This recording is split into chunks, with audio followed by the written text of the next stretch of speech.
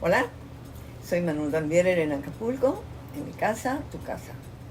En esta nueva serie te voy a hablar de algunas cosas internacionales que están causando verdadera trepidación en el mundo.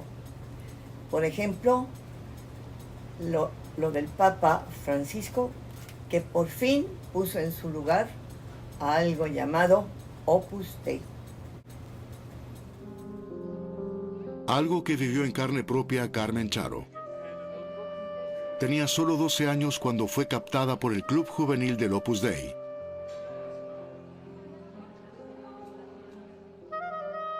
Yo era entonces una niña tímida, callada, dócil y un poco encogida. Cuando fui al club de la obra,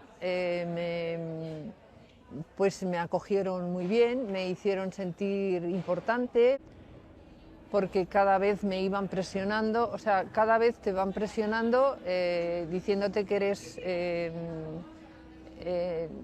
si te vas, eres soberbia, eres una persona que no eres generosa, le estás diciendo que no a Dios, vamos, la vida te va a ir muy mal, vas a ser muy desgraciada. Entonces, en ese sentido... En Madrid nos encontramos con Antonio Esquivias. Fue sacerdote del Opus Dei durante 30 años. Después se salió, se casó y comenzó una nueva vida. La vida así está regulada en todos los detalles. El horario es como un plan de vida. Por la mañana empieza muy temprano, a las 6 de la mañana. En un minuto tienes que estar al pie, besar el suelo, ducharte con agua fría. Entonces, media hora de oración, Santo Rosario, retiro espiritual. Después de desayunar, trabajar. Entonces, rezar por la tarde, examen por la noche y todo esto todos los días. Una vida de renuncia. Solo con libros preseleccionados, sin poder ir al cine ni al teatro. Si quieres ver un partido de fútbol, un numerario no va al fútbol tampoco. Nunca es posible, se controla todo. Además, hay un fuerte control del dinero. Cualquier gasto tienes que consultar y te dan un poco de dinero para lo que llaman gastos ordinarios. Y al final del mes tienes que hacer una lista de qué gastos ordinarios has hecho, donde rindes cuenta de todo. Por ejemplo, si tienes un billete de metro, también a este billete lo tienes que presentar. Eso va a cuenta de gastos. A fin de mes, todos los gastos tienen que estar presentados. Si quieres comprar un pantalón, tienes que consultarlo, no vengas tú. Bueno, pero estamos hablando de algo de lo que no sabemos todavía mucho. Pero les voy a leer algunos datos lo más sencillos posible, porque no está fácil, del famoso Opus Dei. El Opus Dei fue fundado en Madrid el 2 de octubre de 1928 por Jesús María Escrivá de Balaguer. Personas de 5 continentes. Pero lo mejor para entenderlo es simplemente ver estos mapas a continuación. En América del Norte y del Sur hay 30.000. En África, Asia, Australia y Oceanía, unos 10.000.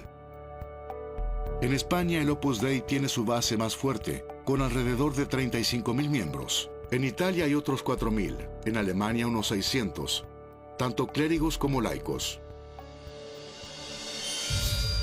A partir de 1945, el Opus Dei se expande desde España a Portugal e Italia, luego a Alemania, Francia e Inglaterra. Más tarde establece centros en América del Norte y del Sur. Hoy está representado en 90 países, también en África y Europa del Este.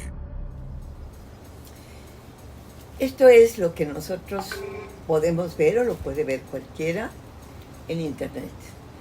Todos los que se quejan del Opus Dei. En otras emisiones veremos otros más, pero de momento quisiera enseñarles lo siguiente. La Universidad de Navarra, en Pamplona, que pertenece al Opus.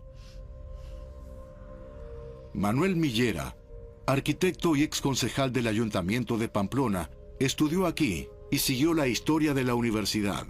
Es un 1.200.000 metros cuadrados, 120 hectáreas, o sea, para que lo entienda cualquiera, 200 campos de fútbol.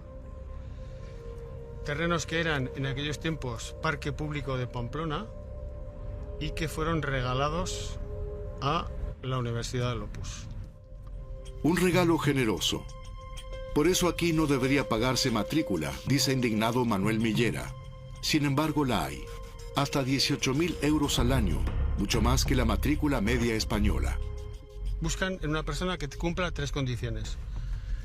Que sea una persona que pueda llegar a lo más alto de la esfera social.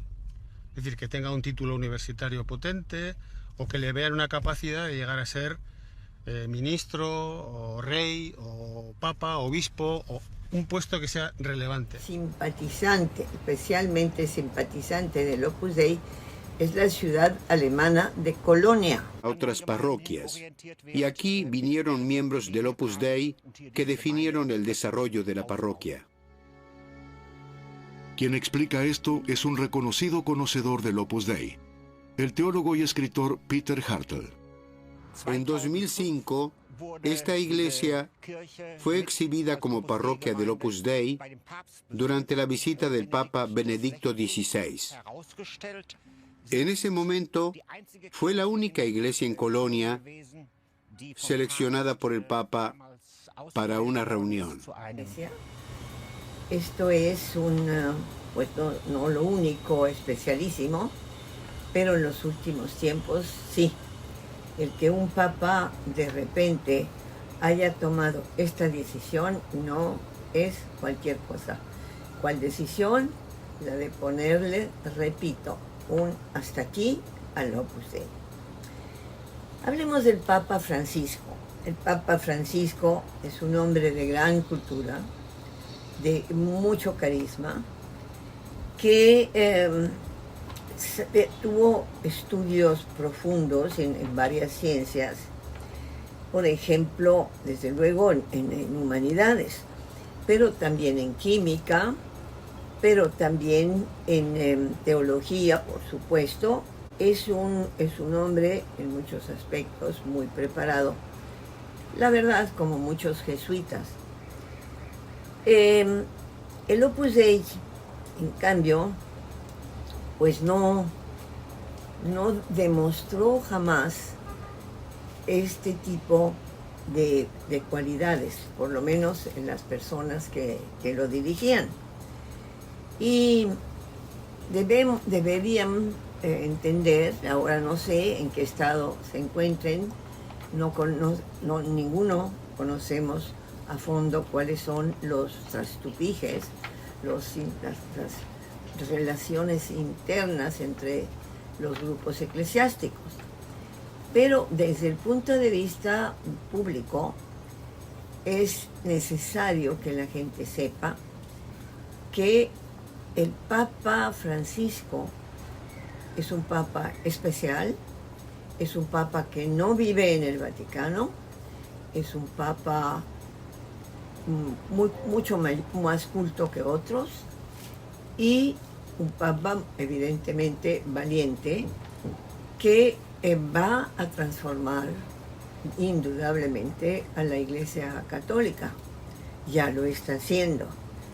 Los que en alguna ocasión, como es mi caso, fuimos católicos, pues vemos esto con gran entusiasmo.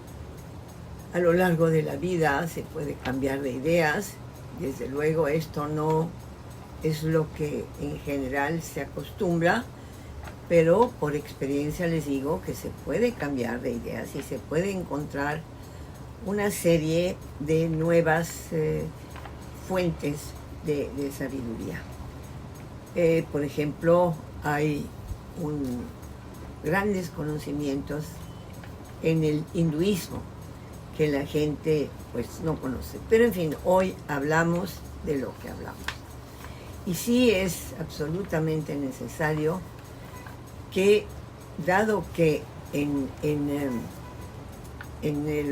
como lo decíamos, tanto en América como en Europa, hay una gran cantidad de personas que siguen al Opus Dei entiendan que no es todo lo bueno que se ve.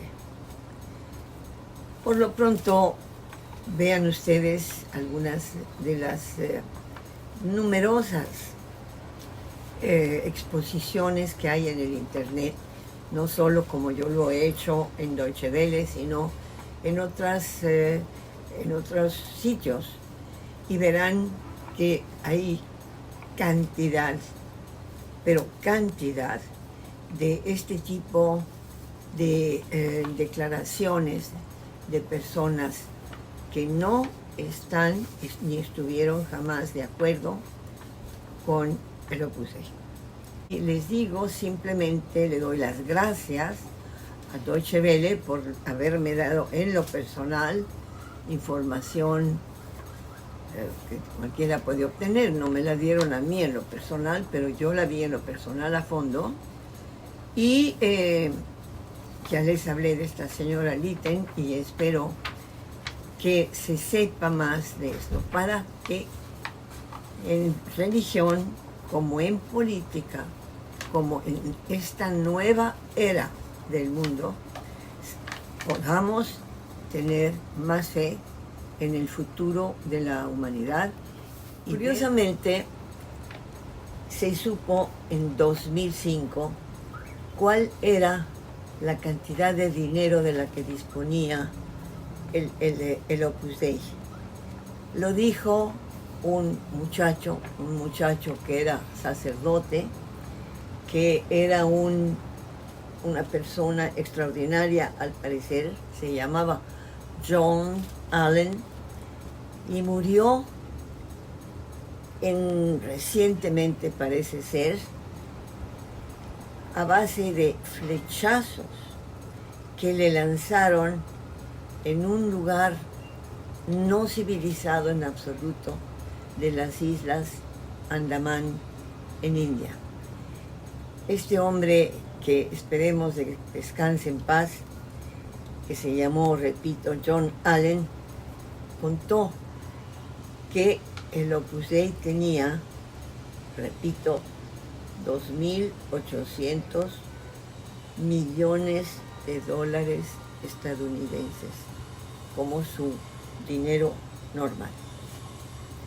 Este tipo de locuras, pues supongo que no se darán ya en lo que consideramos muchos esta nueva era del mundo. En fin, soy Manu Donbieder. Les recuerdo que periodismo igual historia, y ya les contaré más de este tipo de extrañas cosas que están sucediendo en nuestra bella tierra, en nuestro planeta.